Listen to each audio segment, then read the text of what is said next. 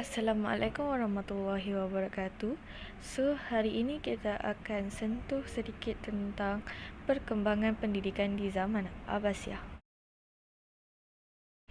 Okey, sekarang ni kita akan tengok dia punya faktor macam mana, apa yang menyebabkan ilmu pengetahuan pada zaman Abbasiyah ni berkembang. Okey, antaranya ialah kestabilan politik dan kewangan. Yang kedua, usaha dan galakan para khalifah. Yang ketiga, kewujudan prasarana pendidikan yang baik. Yang keempat, aktiviti penterjemahan dalam pelbagai bidang ilmu. Yang kelima, hubungan diplomatik antara Abbasiyah dengan negara luar. Yang keenam, dasar kerajaan Abbasiyah yang memberi keutamaan kepada ilmu pengetahuan. Yang ketujuh, kedudukan Baghdad yang menjadi pusat keilmuan dan perdagangan antarabangsa. Dan yang terakhir, disebabkan oleh Islam menggalakkan umatnya untuk mengkaji alam sekitar. Okey, sekarang ni kita akan tengok tentang institusi pendidikan. Okey, institusi pendidikan yang pertama ialah masjid. Okey, pada zaman Abbasiyah ada sebuah masjid yang bernama Jami' Al-Mansur. Masjid ini dibina oleh Abu Ja'far Al-Mansur pada 145 Hijrah. Jadi, fungsi masjid ini adalah sebagai pusat pengajian ilmu-ilmu Islam. Okay. Yang kedua ialah Istana Khalifah. Okey. Pada zaman Abbasiyah, Khalifah Al-Mu'tadid Billah dia telah menyediakan sudut-sudut dan tempat-tempat tertentu dekat istana untuk para sarjana Islam menyampaikan ilmu. Okey, institusi yang ketiga ialah perpustakaan. Okey. Pada waktu tu, perpustakaan terulung ialah Baitul Hikmah. Baitul Hikmah ni seperti yang kita belajar, ianya telah dibina oleh Khalifah Harun Al-Rashid.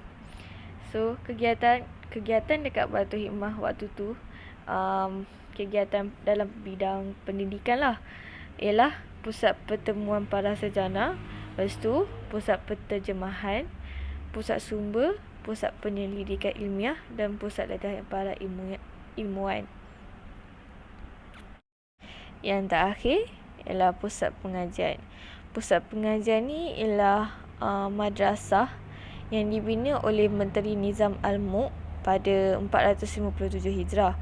Madrasah ni dia diberi nama sebagai Al-Madrasah Al-Nizamiyah. Okay, next kita akan tengok tentang bidang ilmu yang diterokai pada zaman Abbasiyah. Dia ada dua jenis ilmu. So, ilmu yang pertama ni ialah ilmu yang berteraskan wahyu. Seperti yang kita tahu, antara dia ada 4 ilmu yang berteraskan wahyu. Ilmu yang pertama ialah ilmu tafsir. Ilmu tafsir ni waktu pada mulanya dia disusun mengikut susunan surah Al-Quran oleh Yahya bin Ziyad Al-Faradi di dalam kitabnya Mani Al-Quran pada 207 Masihi. Lepas tu, pembaharuan diteruskan oleh Jarir Al-Tabari dalam karyanya Tafsir Al-Tabari pada 310 Hijrah.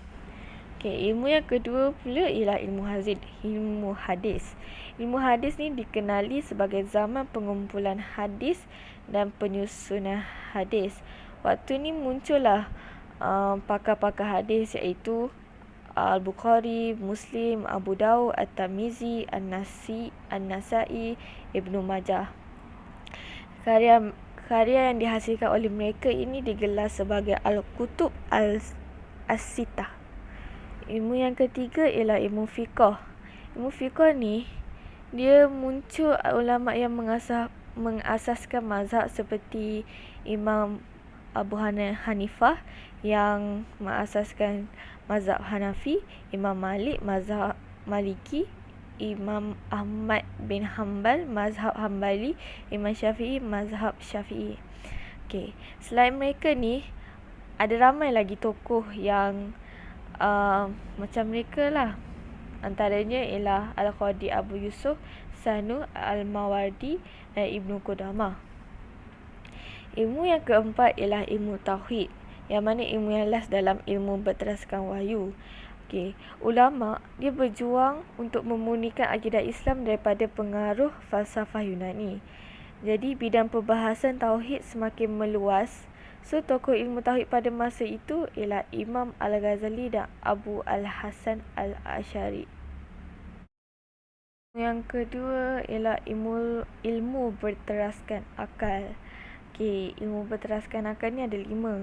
Ilmu pertama ialah ilmu fizik. Okey. Ilmu yang kedua ialah ilmu matematik. Ilmu yang ketiga ialah ilmu perubatan. Ilmu yang keempat ialah ilmu falak. Dan ilmu yang terakhir ialah ilmu geografi. Okey. Ada satu lagi sebenarnya ilmu berteraskan akal ni, iaitu ilmu kimia. So, last sekali kita akan bercakap tentang kesan perkembangan ilmu di zaman Abbasiyah. Okey, setiap apa yang jadi mesti akan meninggalkan kesannya. So, antaranya ialah umat Islam dia menjadi semakin kuat. Lepas tu, kegiatan perterjemahan ni semakin berkembang. Lepas tu, banyak perpustakaan dibina, banyak institusi pendidikan seperti sekolah, kolej dan universiti dibina. Lepas tu, ramai yang datang ke Baghdad untuk menuntut ilmu dan akhir sekali menyebabkan lahir ramai tokoh-tokoh ilmuwan. Itu sahaja yang kita akan pelajari hari ini.